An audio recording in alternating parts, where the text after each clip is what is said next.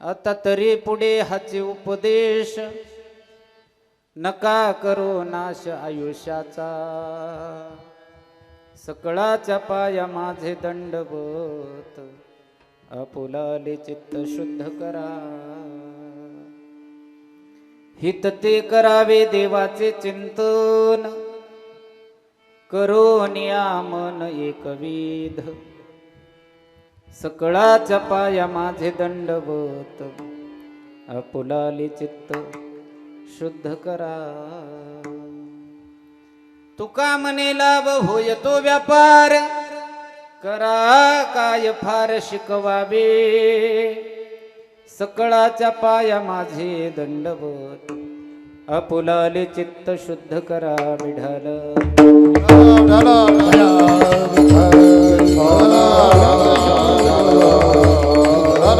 आता तरी पुढे हाचे उपदेश, नका करू नाश आयुष्याचा, सकळाच्या पाया माझे दंडवत, आपुलाले चित्त शुद्ध करा.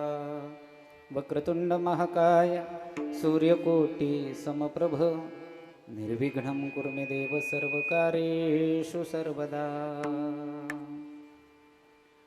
शरच्चंद्र विमाननं चारुहासं, लसत्कुण्डलाक्रान्तगण्डस्थलागं, जपराग विमा कंधरं कञ्जनेत्रं, परब्रह्मलिंगं भजे पांडुरंग. पांडुरंग केरी परिधे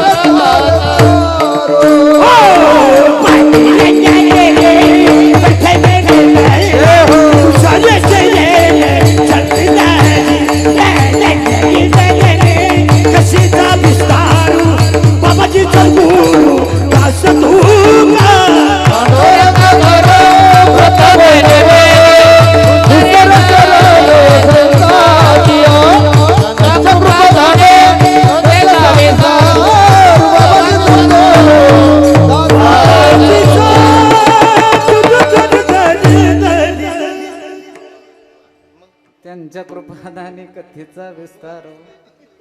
बाबाजी सद्गुरु दास तुका जयांचे केल्या स्मरण, होय सकळ विद्येचे अधिकरण, तेची वंदो श्री चरण श्री गुरूंचे, ते नमस्कारो आता. आता गान गंधर्व देवता, कोकिळ कंठ स्वरारका, जी कीर्तनी वैवासित लोका, तयाची आचरणी नमन गा.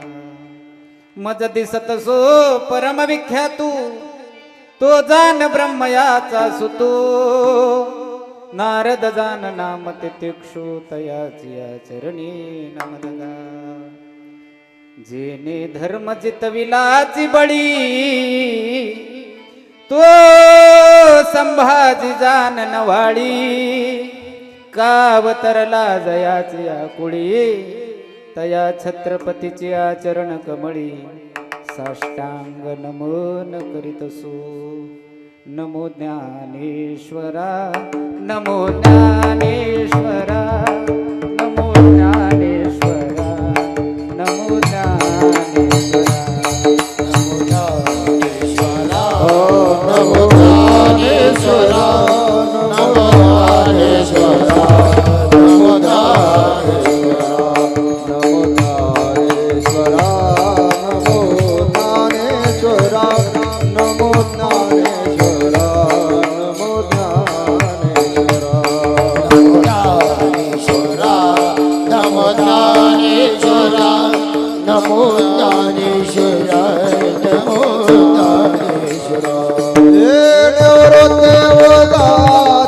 सोपान देवा देव तारा सोपान देवा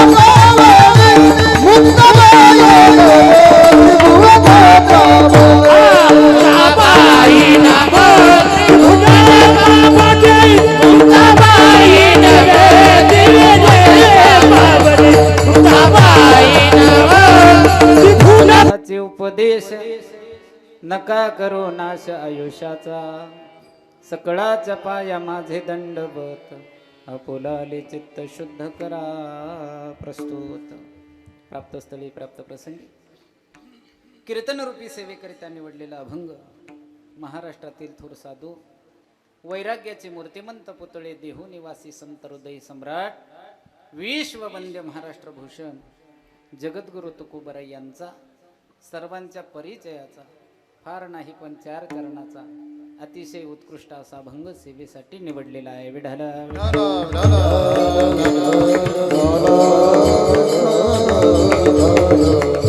प्रस्तुत अभंगाच्या माध्यमातून जगद्गुरु तुकोबराया यावत या मृत्यूलोकामध्ये जे मनुष्य देहधारी जीव आहेत या सर्व जीवांना जगद्गुरु तुकोबराया उपदेश करतात. उपदेश करत असताना महाराज सांगतात आतापर्यंत ठीक झालं गड्या, आजपर्यंत तुम्ही जरी परमार्थ नसेल केला पण इथून पुढे तरी सावध व्हा. आता तरी पुढे हाच याच्यापेक्षा दुसरा उपदेश मी करणार नाही. हाच उपदेश आहे तुम्हाला. आजपर्यंत जे झाले ते झाले पण आजपासून तरी सावध व्हा. आता तरी पुढे हाच उपदेश. काय केलं? आतापर्यंत गेलेलं आयुष्य आपलं फुकट गेलं. मग महाराज म्हणले नका करू नाश आयुष्याचा. आयुष्याचा नाश करा ना, करू नका. महाराज नुसतं असं सहज सांगत नाही गड्या, सगळ्यांच्या पायावरती डोकं टेकून महाराज सांगतात सकळाच्या पाया माझे दंडवत आपुलाले चित्त शुद्ध करा. ठीक आहे महाराज, मग आम्ही नेमकं काय केलं पाहिजे? आमच्या हिताचा मार्ग कोणता? महाराजांनी सांगितलं या कलियुगामध्ये आणि या मृत्यू लोकामध्ये मनुष्य जन्माला आला ना, तुमचं आमचं हित एकाच गोष्टीमध्ये आहे, त्याचं नाव आहे भगवान परमात्म्याचं चिंतन. हित ते करावे देवाचे चिंतन, त्या भगवान परमात्म्याचं चिंतन करा. पण ते करत असताना करोनिया मन एकविध, एकविध किंवा शुद्ध भावे अशा 2 प्रकारचे पाठ आहेत. शुद्ध भावनेनं हित साधायचं असेल तर त्या भगवान परमात्म्याचं चिंतन करा. आणि एकदा का त्या भगवान परमात्म्याचं चिंतन केलं, महाराज सांगतात आपला व्यापार आहे ना तो सफल झाल्याशिवाय राहणार नाही. तुका म्हणे लाभ तुम्हा आम्हाला लाभ होईल. होय तो व्यापार करा काय फार शिकवावे. सकळाच्या पाया माझे दंडवत आपुलाले चित्त शुद्ध करा. विठ्ठल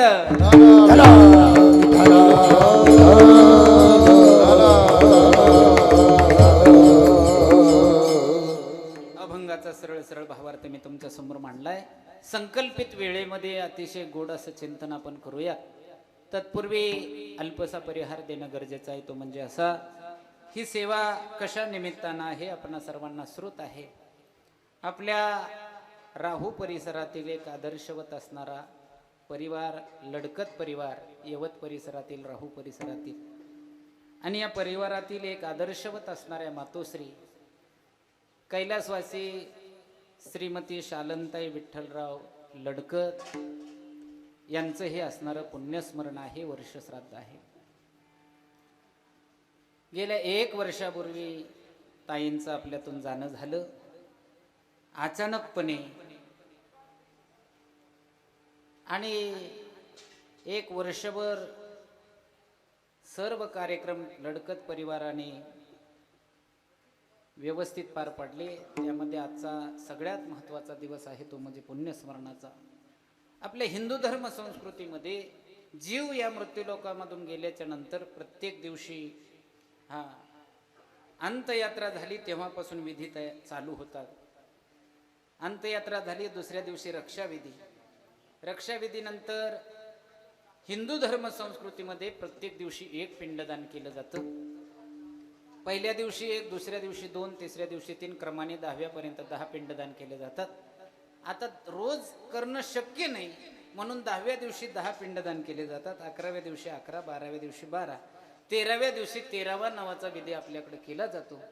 14व्या दिवशी कुंभ नावाचं श्राद्ध घातलं जातं आणि तिथून पुढं ज्या तिथीला जीव या मृत्यूलोकातून गेला त्या तिथीला प्रत्येक महिन्याला महिला असेल तर एक पाहुणी आपण जीव घालतो, पुरुष असेल तर एक पाहुणा आपण जीव घालतो. मासिक श्राद्ध त्याला म्हटलं जातं. गेली 11 महिने मासिक श्राद्ध श्रद्धेने केले जातं, त्याला श्राद्ध म्हणतात. आणि मग 11 महिने श्राद्ध विधी केला आणि बरोबर ज्या तिथीला जीव गेला त्या तिथीला 1 वर्षभरानं जो विधी केला जातो त्याचं नाव आहे वर्ष श्राद्ध विधी. विढल बऱ्याचशा मंडळींचं असं मत आहे एकदा का जीव गेला त्याचा 10वा 13वा झाला की त्याचा आपला संबंध संपला. पण असं नाही, 1 वर्षभर त्या जीवाला गती मिळत नसते. लक्षात ठेवा, सूक्ष्म रूपाने तो जीव आपल्यामध्येच असतो. आणि म्हणून प्रत्येक महिन्याला जे मासिक श्राद्ध आपण करतो त्या मासिक श्राद्धाचा 11 महिन्याचा पुण्य संचय आणि आजच्या दिवशी गेलेल्या जीवाच्या नावानं या धर्ममंडपाच्या खाली जो जो तुम्ही दान धर्म कराल त्या सर्व दानाचा पुण्य संचय, त्यामध्ये अन्नदान, वस्त्रदान, गोदान, कांचनदान, सुवर्णदान आणि आता चालू असलेलं ज्ञानदान, या सर्व दानाचा पुण्य संचय आर्यमा नावाच्या देवतेकरवी त्या गेलेल्या जीवापर्यंत पोहोचला जातो आणि नंतर त्या जीवाला पुढची गती मिळते. म्हणून करायचं वर्ष श्राद्ध. विढल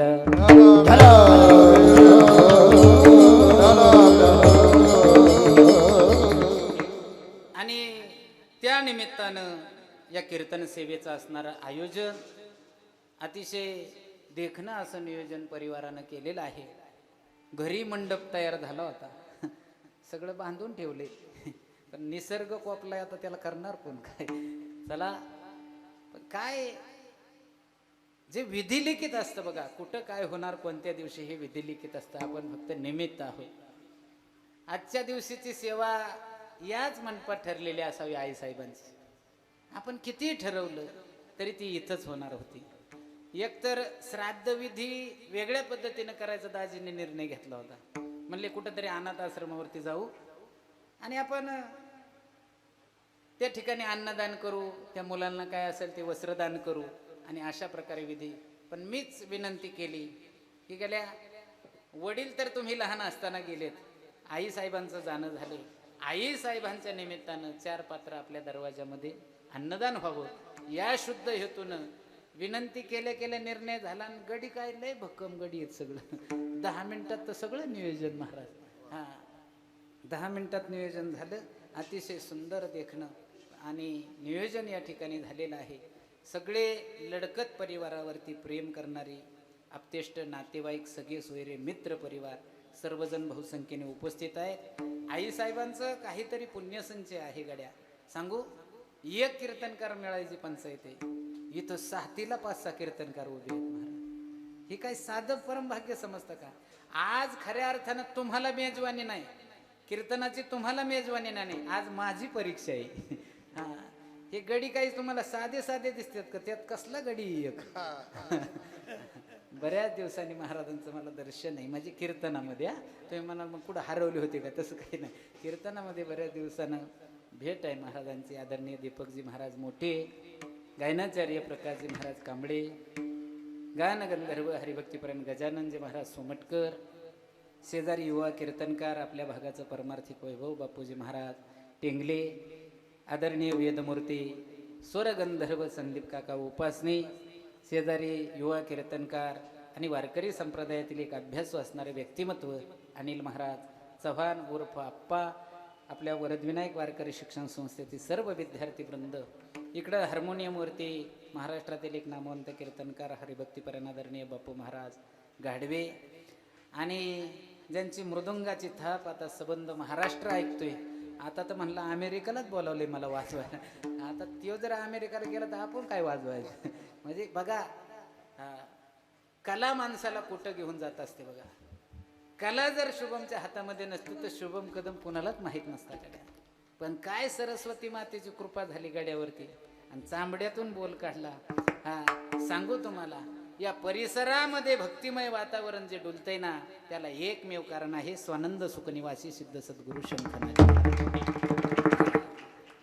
लय भयानक काही गावांची परिस्थिती आहे. आपण बाहेर फिरणारी मंडळी आहोत, टाळकरी सहित विकत आणावे लागतात. आपल्या इचागत झालंय, दगड काढला की टाळकरी तयार. ही कशाची पुण्य आहे महाराज? ही कुणीतरी महात्मा या भूमीमध्ये येत असतो. हा बघा, त्यांची जन्मभूमी पुरंदर तालुक्यात, आयुष्य संपूर्ण आळंदी सारख्या क्षेत्रामध्ये गेलं, पण कृपा केली राहूवरती. काहीतरी पुण्य संचय असेल ना. कधी लोक कृपया केले संत जने, केले संत जने, माझी अलंकारे देवाने, माझी अलंकारे देवाने, प्रीतीला केसाने तुका चरणे बोलत असे, माझी अलंकारे देवाने, प्रीती लावणे केसाने तुका चरणे बोलत असे. कृपा केली संत जनी, माझी अलंकारिली वाणी, प्रीती लाविली कीर्तनी, तुका चरणी लोळतसे. कुणीतरी कृपा करावी लागते. म्हणून भक्तिमय वातावरणामध्ये आपला परिसर फुललेला आहे. आणि सांगू तुम्हाला आणखी एक महत्वाची गोष्ट, आई साहेबाच्या कीर्तन सेवेच्या निमित्तानं मी एक सांगून जाईल गड्या. अचानकपणे त्या दिवशी जाणं झालं आई साहेबांचं. कसलं दुखणं नाही, कसला त्रास नाही, ना सुनांना त्रास, ना मुलीला त्रास, ना मुलांना त्रास. बघा, हे मरण येण्यासाठी अनेक जन्माची पुण्याई लागते सांगतो. हा, कसलाच त्रास नाही कोणाला. हा, क्षणात 1 मिनिटामध्ये देह ठेवला महाराज आई साहेबांनी. हा, त्याच्या अगोदर त्यांच्या जीवनामध्ये संघर्षमय जीवन असावं मी एक अंदाज लावतो. कारण ज्या वेळेस राहूमध्ये जीवन इंजिनिअरिंग नावानं दाजीनं दुकान सुरू केलं, त्यावेळेस एकच वेल्डिंग मशीन आणली होती महाराज. काय, एक वेल्डिंग मशीन. तुम्ही म्हणा तुला कसं काय माहिती? कारण त्यावेळेस मी ट्रॅक्टर चालवत होतो. हा, आणि उद्घाटन झाल्या झाल्या मी वेल्डिंगला तिथे गेलो. तिथून पुढचा जो आमचा परिचय, त्यानंतर जिव्हाळ्याचे संबंध झाले, त्यानंतर दररोजचं उठणं बसणं झालं. एक वेल्डिंग मशीन घेऊन आलेला माणूस परगावामध्ये जर गावातल्या सर्व प्रतिष्ठित मंडळींना घेऊन रोजचं चहा पाणी करत असेल, तर माझं असं प्रामाणिक मत आहे की त्यांची पुण्याई नाही, धन्य माता तयाची या, धन्य माता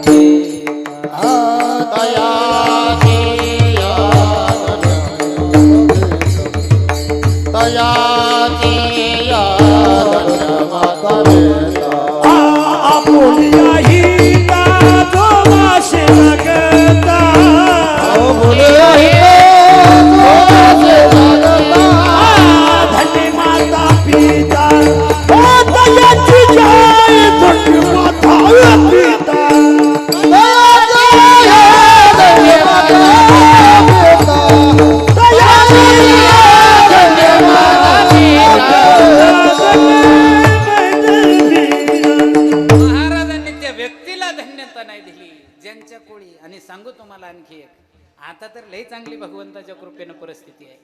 पण ज्या दिवशी या राहूमध्ये त्यांनी पाऊल ठेवला, ज्या ज्या वेळेस त्यांच्या दरवाजामध्ये आम्ही कोणत्याही गोष्टीच्या वर्गणीला गेलो, आजच नाही जेव्हापासून आले तेव्हापासून त्यांच्या तोंडाने आकडा कधी सांगितला नाही. भजनी मंडळीने सांगन तेवढा अण्णा साक्षीदार आहेत त्याला.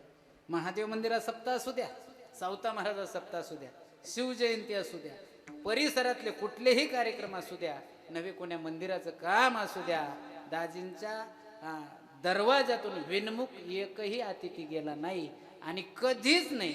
महाराज, मला असं वाटतंय, माझा एक अंदाज सांगतो, मला माहिती नाही, म्हणजे मी त्यांचं कौतुक करण्यासाठी उभा नाही, पण कशी माणसं बघा, पडद्याच्या आम्ही कपडे घातली, धोतर घातली म्हणून लोकांना परमार्थिक दिसतात, पण पडद्याच्या पाठीमागं परमार्थ करणारी खूप उंचीची माणसं आहेत, लक्षात ठेवा. महाराज, सत्य कर्माला जी जी लोक सहाय्य करतात ना, त्यांच्या गळ्यात माळ नसू द्या, सत्यकर्माला जी जी मंडळी सहाय्य करतात त्यांच्या कपाळाला गंध नसू द्या, सत्यकर्माला सहाय्य करणाऱ्या मंडळींनी कधी पंढरीची वारी नका करू द्या. पण माझं असं मत आहे, हा नालायक वारकऱ्यापेक्षा त्यांची भक्ती निश्चितच चांगली आहे. हा निश्चितच चांगली आहे. हा आणि तो परमार्थच आहे एक प्रकारचा. हा 20 लाखाची गर्दी झाली म्हणजे लय वारकरी सिंहणे असतात वारीला, असं काय समजायचं. हा आणि जर सिंहणे असते तर आम्हाला संध्याकाळी पोकारावं लागलं नसतं महाराज. टावेल गेला, ताट गेलं, बिछाना चोरीला गेला, चपलाच गेल्या, हे पुकारून आमची नरडी बसली महाराज. म्हणून अतिशय मुलांवरती चांगले संस्कार केले. त्यांचे थोरले चिरंजीव हा राजेंद्र राजे असतील, 5 वर्ष ग्रामपंचायतचं सरपंच पद यवत गावचं भूषवलंय. मूळ कुटुंब शेरेचे वाडीचं, बारामती तालुक्यातलं. हा तशी बारामतीची लोक हुशारच आहेत. हा विठ्ठल विठ्ठल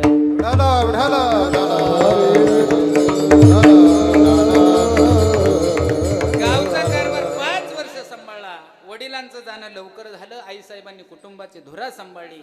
हा एक कन्या आहे त्यांच्या पोटी, आमच्या सीमाताईचं चांगलं शिक्षण केलं. हा मला वाटतंय ते आता शिक्षिका पदावरती आहेत, आजी शिक्षक आहेत. हा सुंदर कुटुंबाची उभारणी केली, दोन्ही मुलांना चांगले संस्कार लावले. वडिलोपार्जित असणारा व्यवसाय या कुटुंबानं जोपासला. आई साहेबांना त्याला दिशा देण्याचं काम केलं. आणि सांगू तुम्हाला, कर्म धर्म संयोगाने त्यांच्या घरामध्ये आलेल्या दोन्ही सुना या त्यांच्या मुलीसारख्या होत्या. हा तोंड भरून मी कधी गेलो, आमच्या अनिता ताई आज ताई येणार आहेत, सांगणार ताई येणार आहेत. आणि मग त्यांची तयारी, परत ताई या दिवशी जाणार, आधीच ठरलेलं. ताई यवतवरून ताई यायची ना, येतानीच जायचा दिवस ठरलेला आणि जायची वेळ ठरलेली. महाराज मुलींसारखं प्रेम यांनी केलं. आणि म्हणून अतिशय सुंदर आईसाहेबांचं जीवन गेलेलं आहे. क्षणाक्षणाला पदोपदी बघा, माणसं गेल्यावर माणसाची किंमत कळते, माणसाला आहे तोपर्यंत कळत नाही. म्हणून हा आईसाहेबांना गती तर निश्चितच चांगली मिळणार आहे. पण कोण्या ना कोण्या रूपानं पुन्हा तुम्हाला आशीर्वाद देण्यासाठी आईसाहेब मृत्यू लोकामध्ये येतील, यात कसल्याही प्रकारची शंका नाही. विढल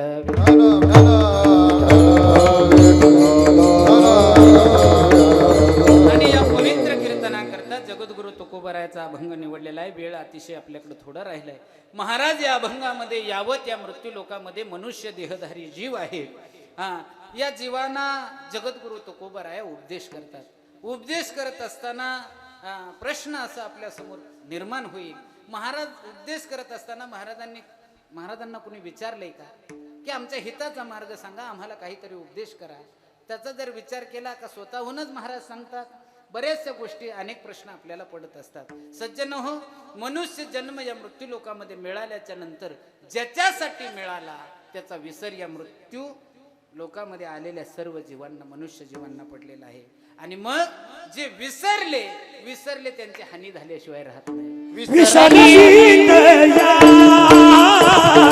थोर झाली हानी रे, विसरली दया थोर झाली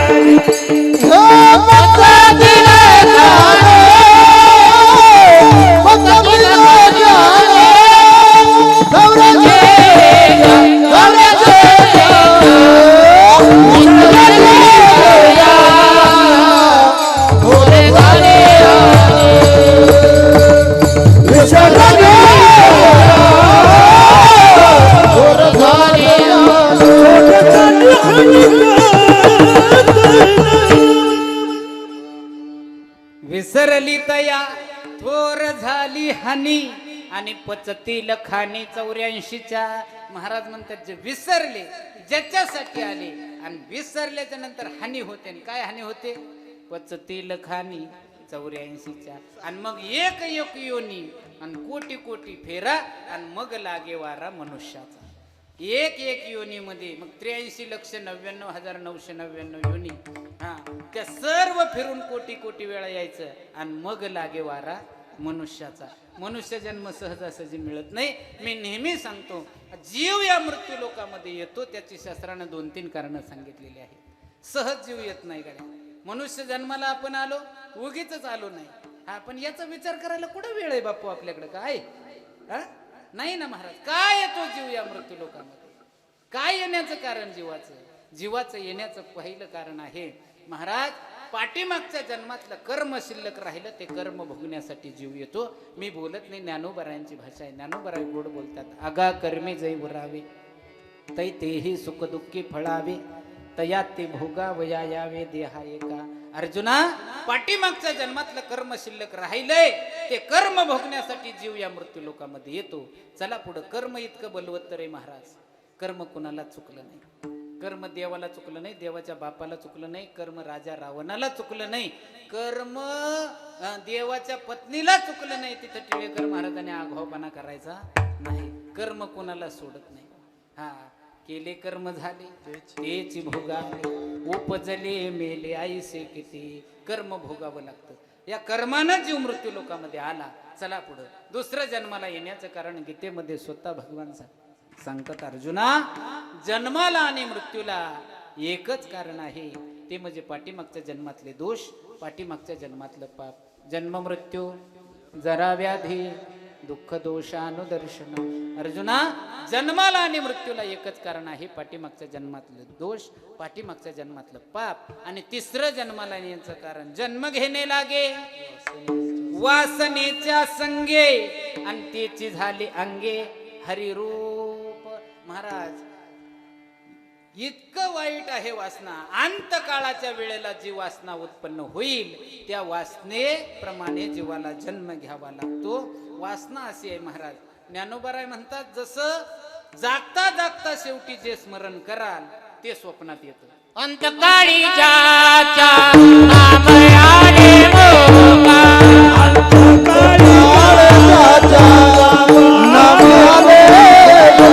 मुकामले तुका पारे आहे, मुकामले तुका पारे नाही.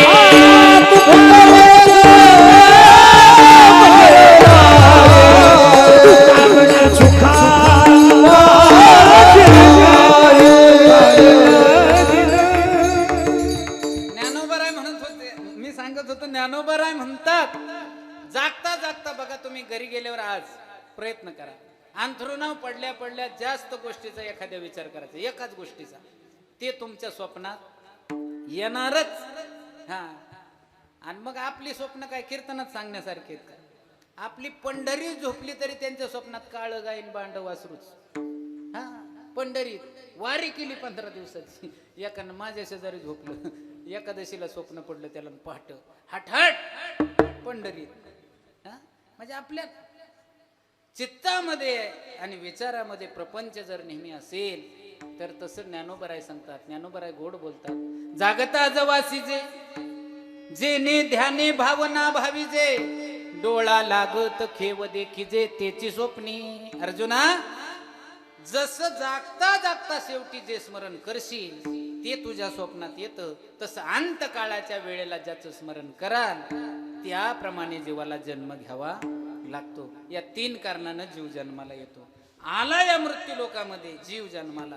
बघा, जन्माला आला त्या दिवशी, ज्या दिवशी जन्म झाला त्या दिवशी मृत्यूची तारीख ठरलेली आहे. जगातल्या सगळ्या गोष्टी अनिश्चित आहेत. जगातल्या सगळ्या गोष्टी अनिश्चित आहेत महाराज. जन्म झाला, हा, तुम्ही मोठं व्हाल का नाही अनिश्चित आहे. झाले मोठे, शाळेत जाल का नाही अनिश्चित आहे. गेला मुलगा शाळेमध्ये चांगला अभ्यास करून चांगल्या मार्काने पास होईल का नाही अनिश्चित आहे. झाला पास, हा, त्याला चांगली नोकरी लागेल का नाही अनिश्चित आहे. लागली चांगली नोकरी, हा, त्याला पगार चांगला मिळेल का नाही अनिश्चित आहे. सगळे हजारो गोष्टी मी सांगतो. मिळाली नोकरी, चांगला पगारही मिळाला, मग पुढे जाऊन छोकरी मिळेल का नाही अनिश्चितचा तर लई पंचायत झाली महाराज. त्या बाबतीत बोलायचंच नाही. अजून 7-8-10 वर्षांनी दर 2 वर्षालाच कुंभमेळा घ्यायला लागला. हा, कारण बरंच गडी मोकळे येतात. सुटला आमचा गडी निर्दोष, हा बिनबोभाट सुटला, तपास सुद्धा लागू दिला नाही कुणाला. आता असंच आहे, त्याला इलाज नाही. विठ्ठल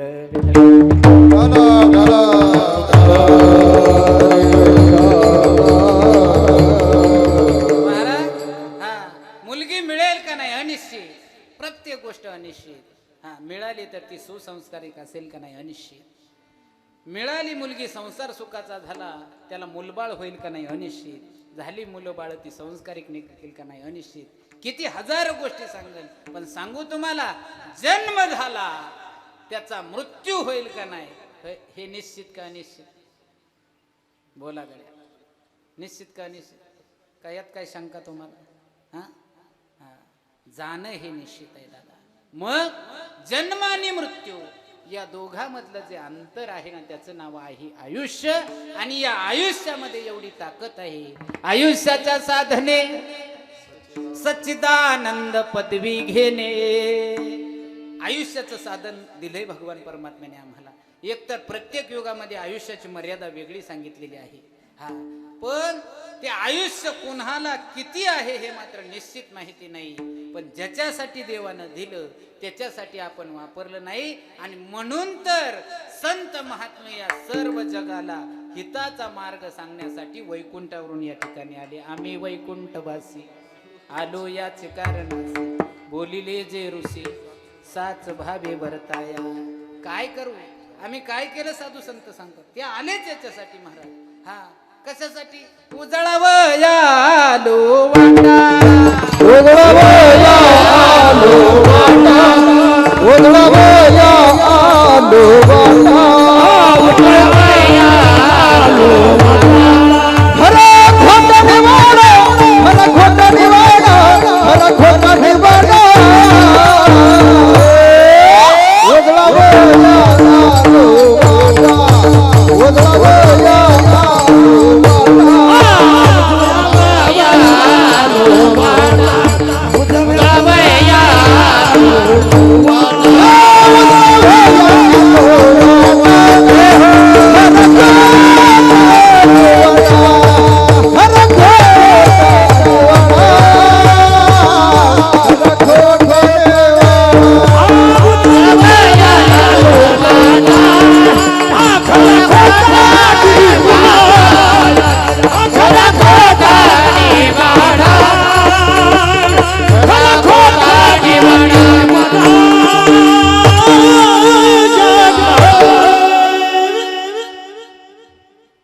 उजळावयालो वाटा, खरा खोटा निवाडा.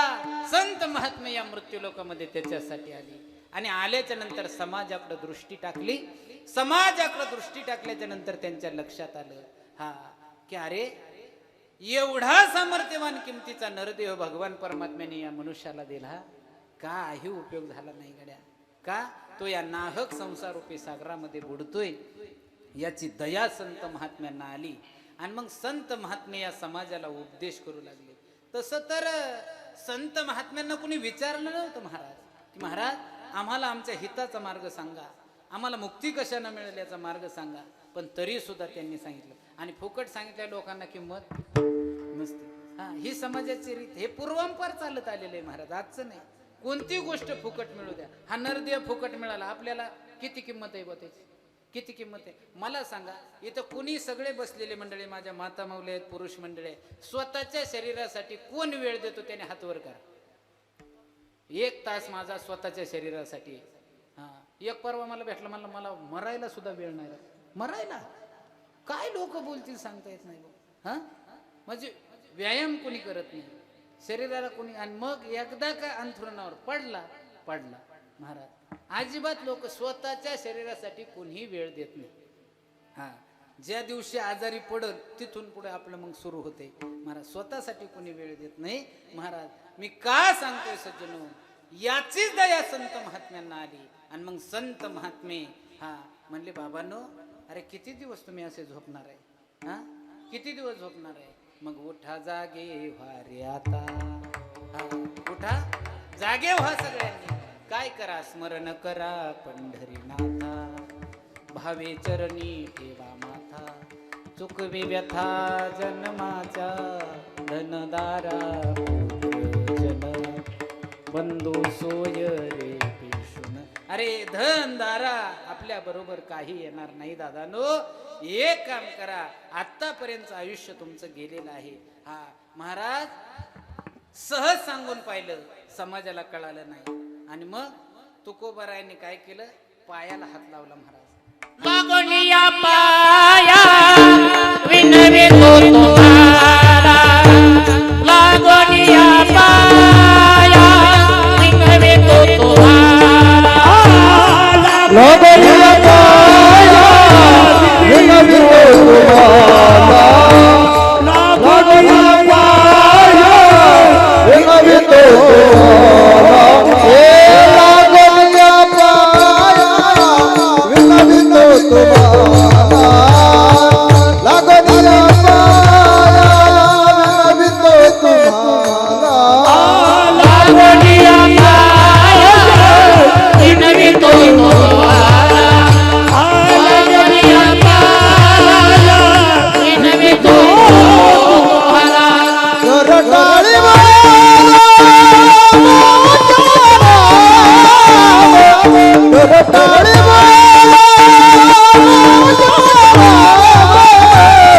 विठ्ठल विठ्ठल म्हणावे वेळा, विठ्ठल विठ्ठल म्हणावे वेळा.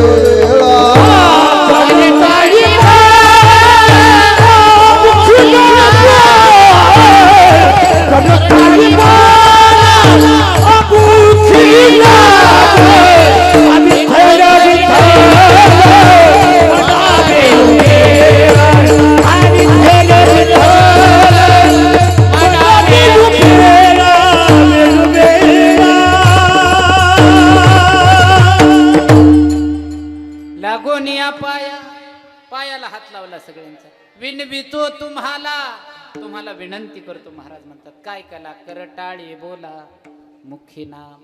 कोणतं नाम बोलायचं? विठ्ठल विठ्ठल म्हणा वेळोवेळा, हा सुख सोहळा स्वर्गी नाही. इथं पुण्य केलं तुम्ही आणि स्वर्गात गेले, आणि स्वर्गात गेले आणि तुम्ही म्हणले आम्हाला तिथं भजन करायचंय, तर तिथं जमणार नाही. मग हा म्हणून तर स्वर्गीचे अमर इच्छिता ती देवान, मृत्यूलोकी व्हावा जन्म आम्हा. का? नारायण नामे होऊ जीवन मुक्त, कीर्तनी अनंत गाव किती. महाराज हात लावून पाहिलं, हा पायाला हात लावून विनंती केली. लोकांना ऐकलं नाही, आणि लोक ऐकत सुद्धा नाही. आपलं तरी 20 वर्षात किती लोकांनी ऐकून लोक सुधारले? हा नाही ना महाराज. हा मी एका कवीचं सुंदर वाक्य ऐकलं त्या दिवशी युट्यूबवरती. हा त्यांनी असं सांगितलं, मोठे विद्वान आहेत ते, त्यांनी असं सांगितलं, तमाशाने समाज बिघडला नाही आणि कीर्तनाने समाज सुधारला नाही. याचं नेमकं कारण काय? महाराज इतकं सुंदर, त्यांनी सुधारला नाही आणि तमाशाने बिघडला सुद्धा नाही. समाज जागेवरच आहे. मेलो बोंबलो बोंबलो आम्ही, काही लोकांच्यात बदल नाही. नाही महाराज, तसं संत महात्मे आहेत, उच्च पदाला गेलेले महात्मे आहेत, त्यांनी पायाला हात लावा. आपली योग्यता नाही, पण का? या समाज हितासाठी ते मृत्यू लोकांमध्ये आले, म्हणून त्यांनी पायाला हात लावला. नाही लोकांच्या लक्षात आलं, थोडासा राग आला महाराजांना, आणि महाराजांनी थोडस कडक भाषेमध्ये बोलले. महाराज काय बोलले? अरे किती सांगू तरी ना ऐकती भटकीचे, पुढे शिंदळीचे रडतील. अरे या भटकीच्यांना किती सांगितलं तरी सुद्धा ऐकत नाही. का ऐकत नाही बाबा? अरे हा तुमच्या हिताचा मार्ग आहे, उद्धरण्याचा मार्ग आहे, तरी ते ऐकत नाही. हा एवढ्या पण लोक शांत झाली, काही प्रतिक्रिया लोकांनी दिली नाही, लोकांच्यात बदल झाला नाही. आणि मग नाथ महाराजांनी रूपक करून सांगितलं, नाही ऐकलं तर आमच्या काय बापात जाणार आहे. महाराज म्हणले, हे जरी नाही ऐकलं, दुसरा येईल, हे जरी नाही ऐकलं, हे जरी नाही ऐकलं, दुसरा येईल, हे जरी नाही ऐकलं.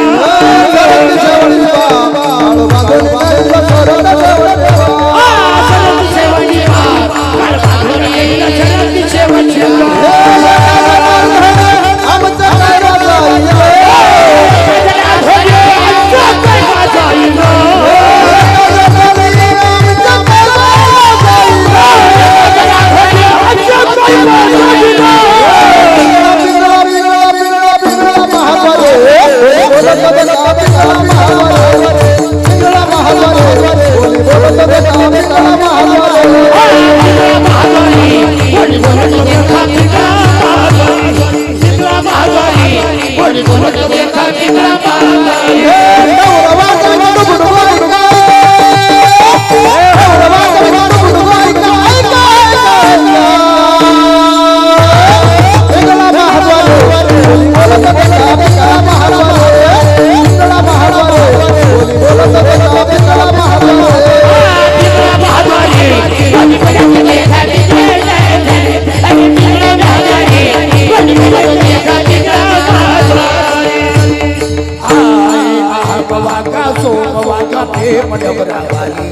सावध होती भजली टाका जेव करा अरे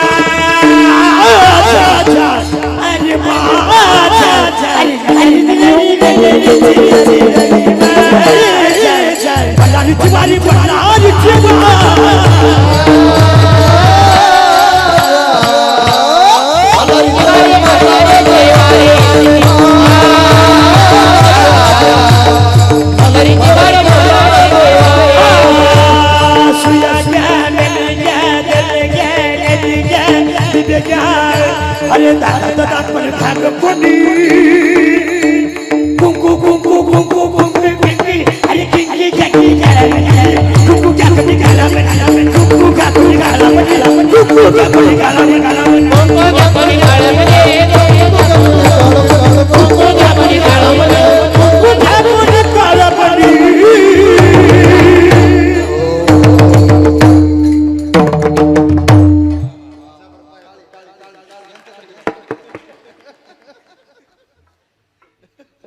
लयच गोळा झाले. नाथ महाराजांनी महाराज सांगितलं नाही ऐकलं ना तुम्ही. हा आमचं काय बापात जाणार हे जरी नाही ऐकलं नाही ऐकलं मी गेलो मेला टिळेकर महाराज काय घेणे तुम्हाला तरी दुसरा येईल हे जरी नाही ऐकलं होईल काय सरते शेवटी बा काळ बांधून देईल सरते शेवटी बा. नाथ महाराज म्हणले एक जनार्दनी आमचं काय बा जाईल पिंगळा पिंगळा पिंगळा पिंगळा महाद्वारी बोल बोली तो देखा पिंगळा महाद्वारी. पिंगळा यायचा पिंगळा पूर्वी आपल्याकडे कधी यायचा न तुम्ही काय इस्रायलहून आला काय पिंगळा कधी यायचा उन्हाचा दुपारी मग कधी हा काय स्वरूप असायचं महाराज पिंगळ्याचं. हा हातामध्ये खंदी धोतर नेहरू फेटा बांधलेला हा जॅकेट घातलेलं आणि हातामध्ये काय असायचं हे असं असायचं. डौर फिरविला तुम्ही डुकू डुकू ऐका हातामध्ये डौर असायचा. हा पिंगळा कधी यायचा महाराज पहाटेच्या वेळेला यायचा हातामध्ये खंदील घेऊन. हा पिंगळे राहिलेच नाही आता पार मेले पिंगळे. तुम्ही म्हणाल का मेले पिंगळा यायचा पहाटे. पूर्वीची सुवासिनी पहाटे 5 वाजता पिंगळा दरवाज्यात येणार म्हणून स्नान करून त्याला पीठ वाढायला उभी असायची. आताची सुवासिनी पहाटे 9ला उठते. पिंगळा काय ढेकळं काय का तुकड्या वाचून मिळाला पिंगळा. हा राहिले नाही पिंगळे पण तो पिंगळा उपदेश करायचा. दादा वासुदेव यायचा आपल्या दरवाज्यात पहिला. मला सांगा ह्या 5-10 वर्षात तुमच्या आपल्या गावात कुठं वासुदेव पाहिला का तुम्ही? धंदाच बदलला त्याने. हा राहिलं नाही ते त्याला ज्ञान शिकवितात वाढणारे. एवढा धंदा कट दिसतो मग तुला काय काम कराय रोग झालाय चालला पहाटच उठून लोकांची झोपमोड करतो. पण ते वासुदेव 1 रुपया त्याच्या हातावरती ठेवा आपल्या 42 कुळाचा उद्धार करून जात होता महाराज. हा जुनी लोक बावळट नव्हते महाराज. जुन्या परंपरा बघा तुम्ही. आता हा पूर्वी ज्याच्या घरी चूल आहे तो सर्वात गरीब माणूस समजायचे लोक. ज्यांच्याकडे गॅस आला ते चुलीवर स्वयंपाक करणारे गरीब समजायचे. आता चुलीवरच्या भाकरी खायला हायवेला जातात. जुनी लोक बावळट होती का मला सांग. हा काळ्या मसाल्याची भाजी खायला लोक किती लांब जातात. आता घरी काळा मसाला राहिला नाही. आपली आई आजी पाट्यावरती काळा मसाला वाटायची महाराज. हा त्या भाजीला जी चव आहे, तुम्ही कसली भाजी हॉटेलमध्ये खा तेव्हा आताच्या हाताला चव होती, त्या आताच्या महिलांच्या हाताला चव नाही का. हा महाराज त्या भाजी करण्यामध्ये प्रेम सुद्धा आईचं आणि आजीचं वेगळं होतं. आपल्या हा वेगळं प्रेम होतं महाराज. तिला माहिती होतं त्या अन्नावरती स्वयंपाक करताना तुमच्या अंतकरणामध्ये काय भाव आहे, त्याचे संस्कार त्या अन्नावरती होत असतात. लक्षात ठेवा, ही फार महत्वाची गोष्ट आहे. हा आणि मग तो वासुदेव आलेला उपदेश करायचा. तो पिंगळनाथ महाराजांनी अनेक रूपकं केली महाराज, पण त्यातून सर्व जगाला उपदेश केलाय. हे टाइमपास म्हणून अभंग केली नाही त्यांनी, उपदेशच आहे सगळ्यांना. आणि मग महाराजांच्या लक्षात आलं, अरे पाया पडावं संत महात्म्याने, इतक्या योग्यतेचे आपण नाहीत, तरी सुद्धा त्यांनी पायाला हात लावला. हा आणि सांगितलं, बाबांनो मिळालंय आयुष्य आपल्याला इतकं सुंदर सुंदर, हा नरदेह प्राप्त झालाय.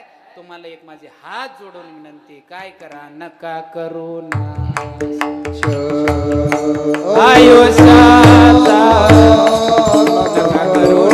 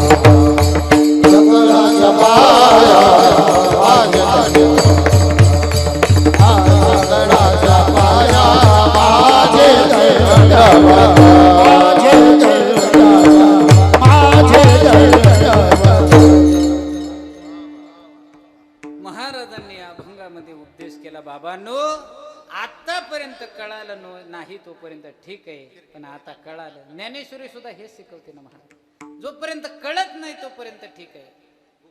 कशासाठी मिळालं हे कळालं नाही तोपर्यंत ठीक आहे, पण कळल्याच्या पुढे जर चुकीची गोष्ट केली तर ते पाप आहे. विठ्ठल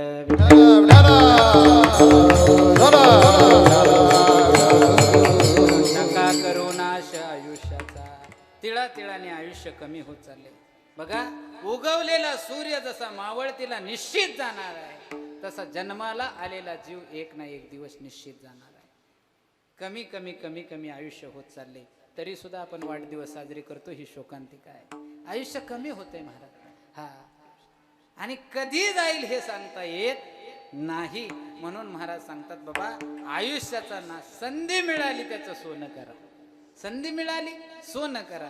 काय करा, हा तुमच्या पायाला हात लावून महाराज म्हणतात, मी विनंती करतो आता तरी पुढे हाची उपदेश, नका करू नाश आयुष्याचा, सकळाच्या पाया माझे दंडवत, आणि आपुलाले चित्त शुद्ध करा.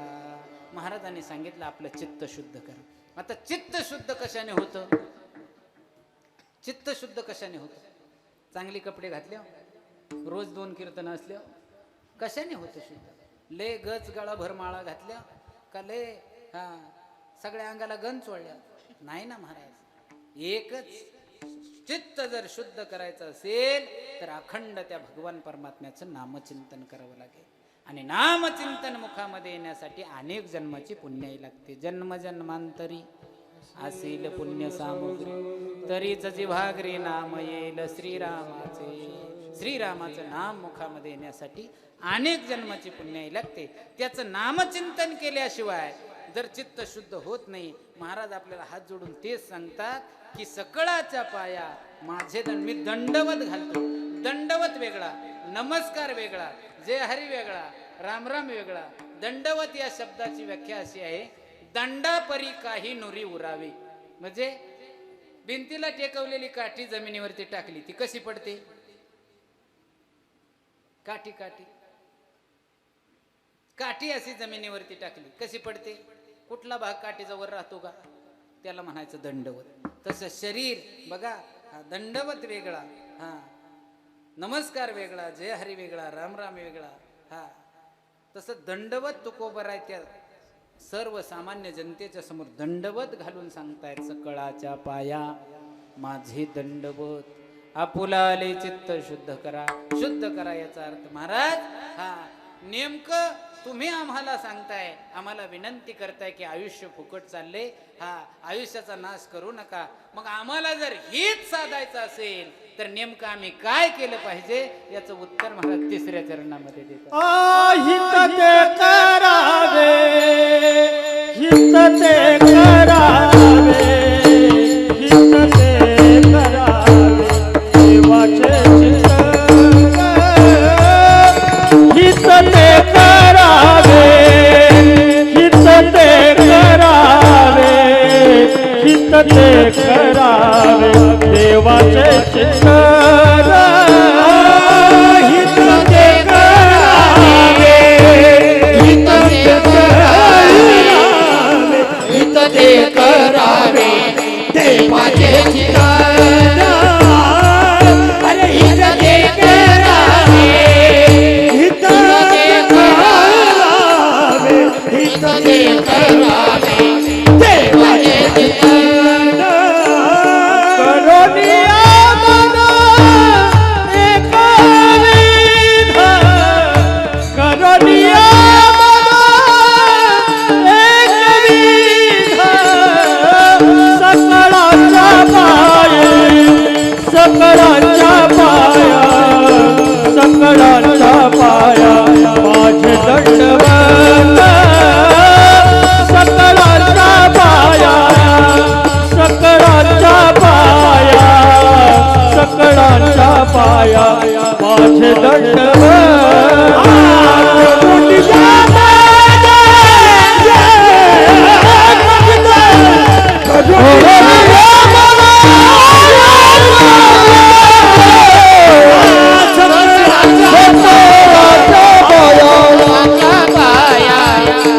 सकळाच्या पाया माझे दंडवत.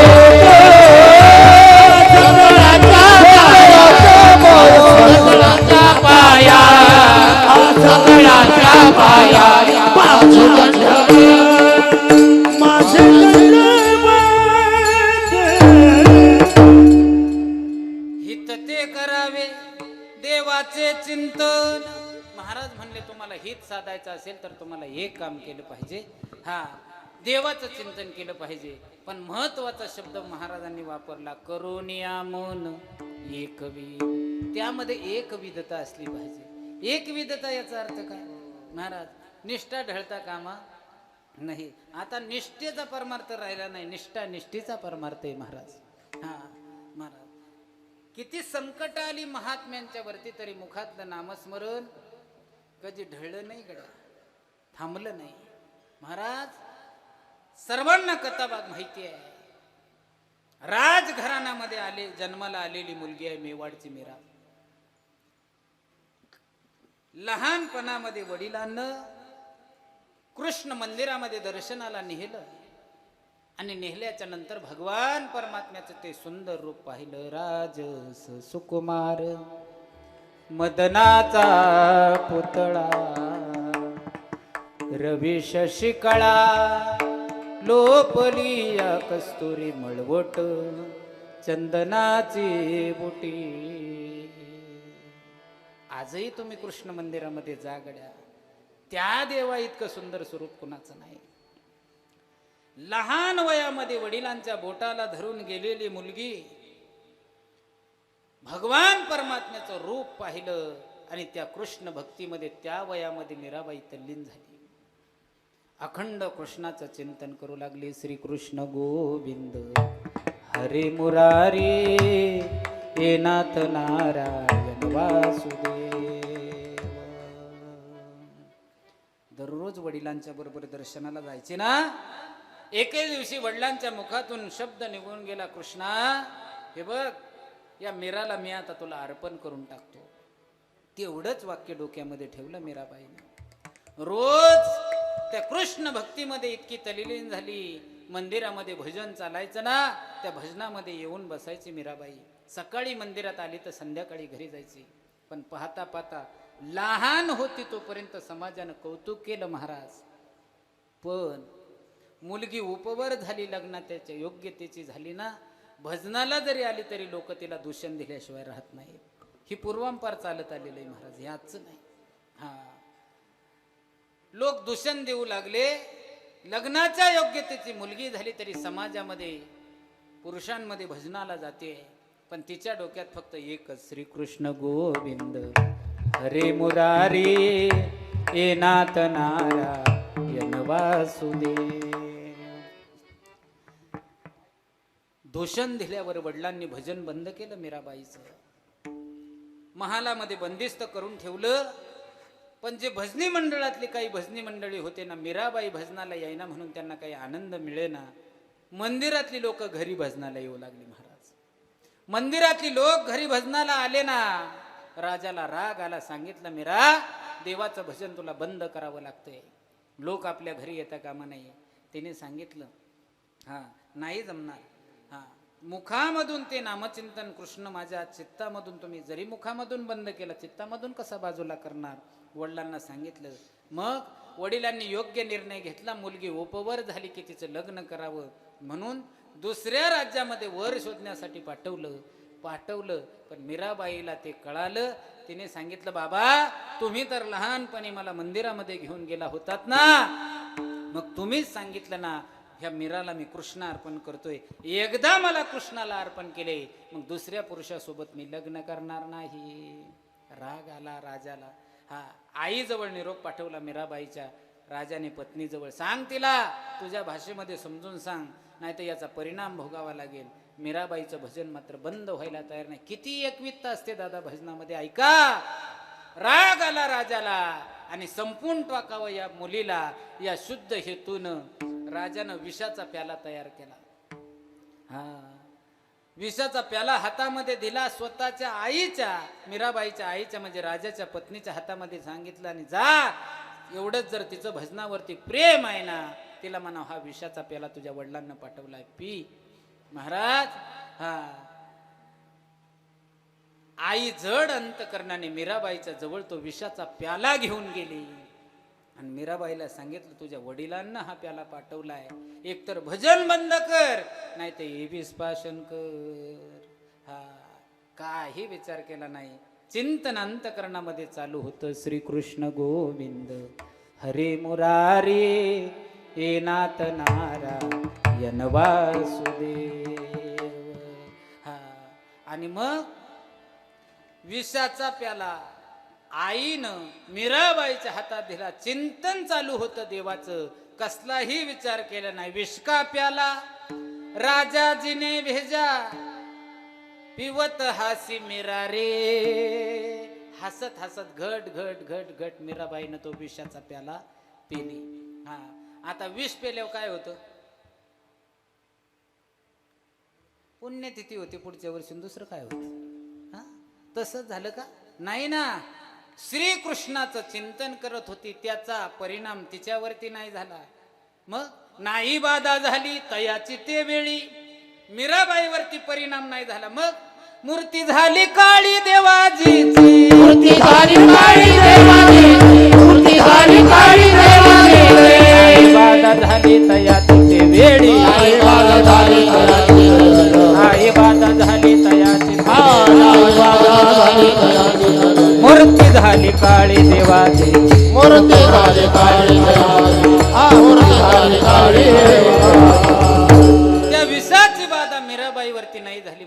भजनामध्ये किती एकवित्ता होती आणि किती एकनिष्ठतेनं भजन करत होती ती, त्याचा परिणाम मूर्तीवरती झाला. आणि एवढी देखणी मूर्ती असणारी भगवान श्रीकृष्णाची काळी पडली.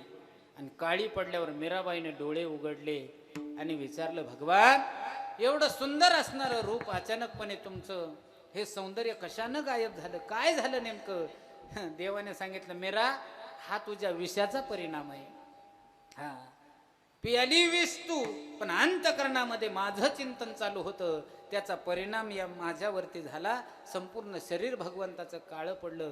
मीराबाईने सांगितलं, देवा आयुष्यभर जर भजन करून आणि तुझ्यावरती प्रेम करून जर मला हे दूषण लागणार असेल तर मीराबाईमुळे मूर्ती काळी पडली तर ते दूषण घेऊन मी जगणार नाही. देवा तुला पूर्ववत व्हावं लागेल, पूर्ववत व्हावं लागेल म्हटल्याच्या नंतर पुन्हा भगवान परमात्म्याची मूर्ती आहे अशी झाली. पण मीराबाईच्या विषाची खून म्हणून आजही तुम्ही कोण्याही कृष्ण मंदिरामध्ये जा, कृष्णाच्या कंठाला एक निळी रेषा असते बघा, तो मीराबाईच्या विषाची खून आहे. महाराज भगवान परमात्म्याच्या मूर्तीवरती विषाचा परिणाम झाला, त्याचं एकमेव कारण आहे अंतकरणामध्ये एकविध भावनेनं त्या भगवान परमात्म्याचं चिंतन केलं. तुकोबाराय म्हणले, तुम्हाला हीच माझे हात जोडून विनंती आहे, तुम्हाला जर हित करून घ्यायचं असेल तर हित ते करावे. देवाचे चिंतन करून या मन एकविध, आणि एकविधतेनं जर तुम्ही भजन केलं तर तुम्ही ज्या व्यापारासाठी इथं मृत्यूलोकामध्ये आलेला आहे त्या व्यापारामध्ये तुम्हाला लाभ झाल्याशिवाय राहणार नाही. महाराज म्हणणार, तुम्हाला दुसरं शिकवण्याची काय गरज आहे? तुका म्हणे हिते होय तुका म्हणे लाभ होय तुझ्या पार, तुका म्हणे लाभ होय तुझ्या पार, तुका म्हणे लाभ होय तुझ्या पार, कमी गया होय तुझ्या पार, तुका म्हणे लाभ होय तुझ्या लाभ होय तुझ्या पार, तुका म्हणे लाभ होय तुझ्या पार. करा काय वार शिकवावे, करा काय वार शिकवावे, सकीना झलमल माझे दळदळ, सकळाच्या पाया माझे दळदळ, वार शिकवावे.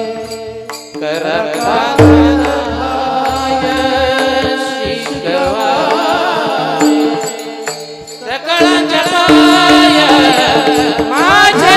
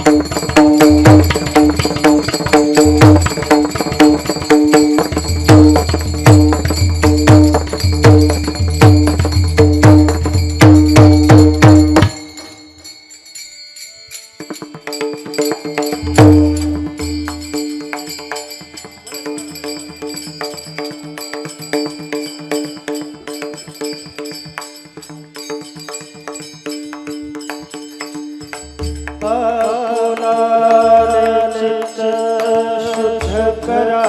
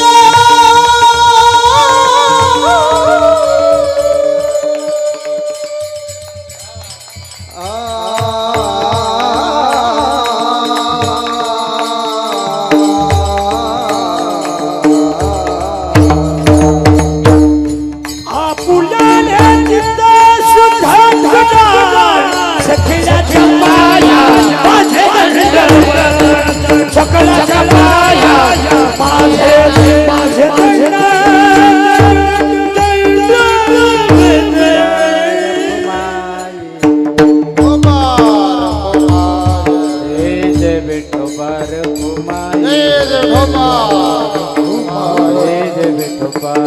कुमाई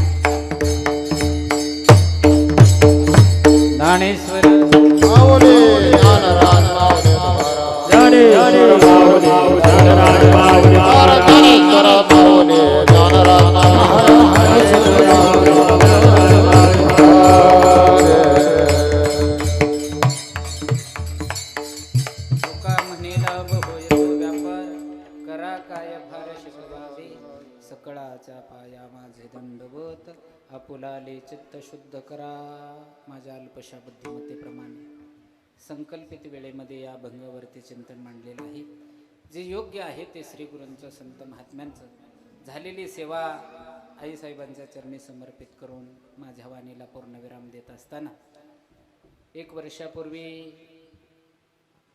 आपल्या यवत आणि राहू गावातील आदर्शवत असणारा परिवार, लडकत परिवार आणि त्यांच्या असणाऱ्या मातोश्री श्रीमती शालनताई विठ्ठलराव लडकत, सगळेजण प्रेमानं ताई म्हणायचे त्यांना. आणि ताईंचं जाणं झालं. त्यांच्या पश्चात 2 मुलं आहेत.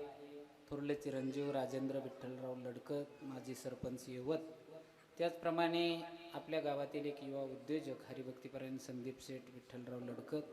एक कन्या आहे सीमाताई सोमनाथ गायकवाड, जावई सोमनाथराव गायकवाड, नातवंड प्रतीक राजेंद्र, यश संदीप लडकत आणि आयुष संदीप लडकत. भला मोठा परिवार, अपतेष्ट नातेवाईक, सगळे सोयरे. सर्वांना दुःख होणं साहजिक आहे. अचानकपणे आईसाहेबांचं जाणं झालं.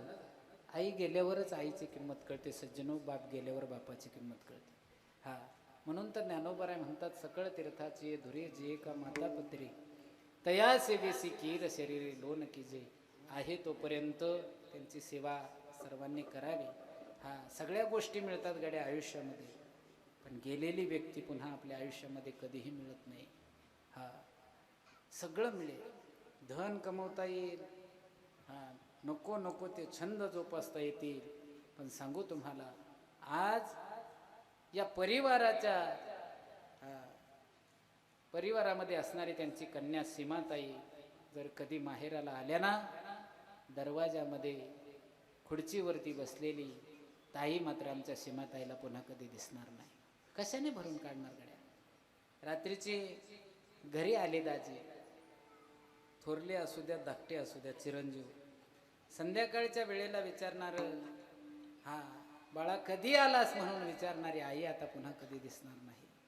मला भावनिक करून कोणाचं मन दुखवायचं नाही गड्या, पण समाजाची ही शोकांतिका आहे तोपर्यंत आई वडिलाशी बोलायला लोकांना वेळ नाही. आहे तोपर्यंत विचारा गड्या. काही नाही, सकाळी रात्री आलं ना, बाहेर जात असताना सांगायचं आई मी बाहेर चाललोय, बाबा मी बाहेर चाललोय, आणि रात्री आल्यावर सांगायचं मी आलोय. एवढ्या 2च गोष्टी जरी बोलला पुष्कळ समाज, त्यांना काही बाकीचं लागत नाही. फार सेवा करावी आई वडिलाची असं काही नाही दादांनो. म्हणून सगळ्यांना माझे हात जोडून विनंती आहे, ताईसाहेबांना आईसाहेबांना सद्गती तर मिळणारच आहे, कारण त्यांच्या आयुष्यामध्ये त्यांनी भरपूर देवधर्म केले, तीर्थयात्रा केल्या. दरवाजामध्ये आलेला अतिथी कधी विनमुख जाऊ दिला नाही. तीच परंपरा लडकत परिवारानं आज तागायत जोपासलेली आहे. आणि मग गृहस्थ आश्रमियांचं ती कर्तव्यच आहे गड्या. गेला त्यांच्या दारातून कधी विनमुख गेला नाही. सडळ हाताने मदत करणारा हा परिवार आहे. वस्तीवरती गणपतीचं मंदिर सुरू झालं, काम पूर्ण झालं. मी म्हणलं, मला म्हणले कुठपर्यंत आले का? मी म्हणलं आता फरशीला आले. मग म्हणले टाक माझ्या नावाची फरशी. म्हणजे काय, आता कृष्ण मंदिरात आमच्या ताईसाहेब तिकडे ह्याला जाऊन आले, आपल्या वृंदावनला. कृष्ण भक्तीचं थोडं वेळ लागलं. कृष्ण मंदिरात दर्शनाला गेले, तिथंही मोठं योगदान केलं महाराज. हे कोण करतं? कारण बघा, आई वडिलाचे संस्कार ही पिढी जोपासते. आलेला अतिथी ताईनं कधी दरवाजातून विनमुख जाऊ दिला नाही. तीच परंपरा या परिवारानं जोपासलेली आहे. मला वाटतं एक नातू आता डॉक्टरकी करतो, शिकतोय. भविष्यामध्ये तोही रुग्णसेवेच्या माध्यमातून हेच कार्य पुढे चालू ठेवणार आहे. अशीच कृपा शंभू महादेवाची आणि भैरवनाथाची या परिवारावरती राहो. आई साहेबांना गती तर निश्चितच मिळणार आहे, कारण त्यांच्या नावानं आज या धर्ममंडपाच्या खाली जो दान धर्म केला आहे त्या सर्व दानाचा पुण्यसंचय आर्यमा नावाच्या देवते करवितीतपर्यंत पोहोचतोय. आणि आज एक नंतर या जीवाला मुक्ती मिळत असते. म्हणून दुःखाची जाणीव प्रत्येकाला आहे.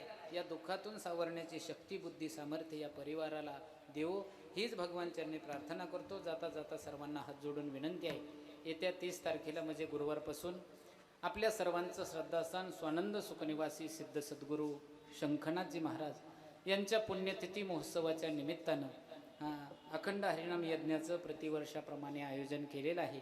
श्री वरदविनायक वारकरी शिक्षण संस्था टिळेकर वस्ती या ठिकाणी 5 दिवसाचा अखंड हरिनाम यज्ञ त्या ठिकाणी संपन्न होतोय. महाराष्ट्रातील दिग्गज कीर्तनकारांची कीर्तन 5 दिवस आपल्याला ज्ञानदान त्या ठिकाणी होणार आहे. परिसरातील सर्व भाविकांनी त्या कार्यक्रमाला उपस्थित राहावं ही सर्वांना विनंती करतो. बरेचसे नेते मंडळी माझ्या समोर आहेत. 30 तारखेला सकाळी एकच विनंती आहे, फक्त सकाळी लवकर चालू करून द्या आम्हाला, एवढीच हात जोडून विनंती करतो. 8:30 वाजता विनापूजन होऊन, कारण 4 दिवसामध्ये पारायण करायचं असतं. कधी त्याचप्रमाणे आपल्या शंभू महादेव पालखी सोहळ्याचे मानाचे चोपदार कैलासवासी सर्जेराव महाराज महाडिक यांचं वर्ष श्राद्ध विधी पुण्यस्मरण विधी 31/11/2025 रोजी त्यांच्या राहत्या घरी त्या ठिकाणी कार्यक्रमाचं आयोजन आहे. त्याही कार्यक्रम 31/10/2025 म्हणजे शुक्रवारी, येणाऱ्या शुक्रवारी त्याही कार्यक्रमाला बहुसंख्येने उपस्थित राहा. ही कीर्तन सेवा सादर करीत असताना सर्वच आपलं शंभू महादेव पालखी सोहळ्याची महाराज मंडळी सर्वांच्या चरणी विनम्र भावना माता टेकवतो. इकडे विनेकरी हरिभक्तीपरायण दिलीप महाराज चोपदार, त्याचप्रमाणे मृदुंगाचार्य बापू महाराज हार्मोनियमची साथ केली. आणि विशेष म्हणजे ज्यांची सुंदर अशी साऊंड सिस्टीम आहे, आपल्या राहू परिसरातील नवे संबंध दौंड तालुक्यात नावाजलेली सिस्टीम आमचे नानासाहेब शिंगारे अतिशय गोड सिस्टीम लावली. आणि त्याच्याहीपेक्षा त्यांचा ऑपरेटर आमचे बंडू महाराज आहेत, अतिशय सुंदर, कुठं चिरचिर नाही, फिरफिर नाही, अतिशय गोड सिस्टीम लावली.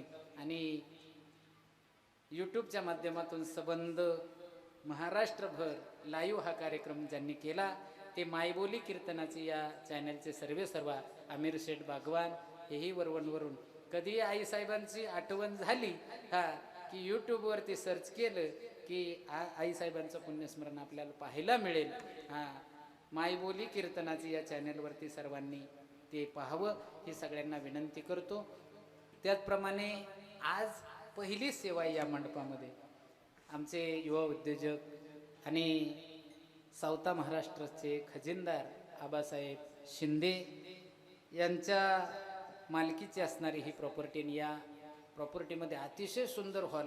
काय झाले, सगळ्याकडेनं बांधकाम असल्यामुळं मध्ये काय झाले कोणी पाहिलंच नव्हतं, आम्ही आजच पहिल्यांदा आलो. अतिशय सुंदर हॉल बनवला.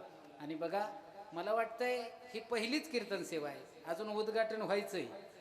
उद्घाटन होण्याच्या अगोदर जर तिथं टाळ आणि मृदुंगाचा आवाज येत असेल तर आयुष्यभर या जागेमध्ये कधीच काही कमी पडणार नाही, लक्षात ठेवा.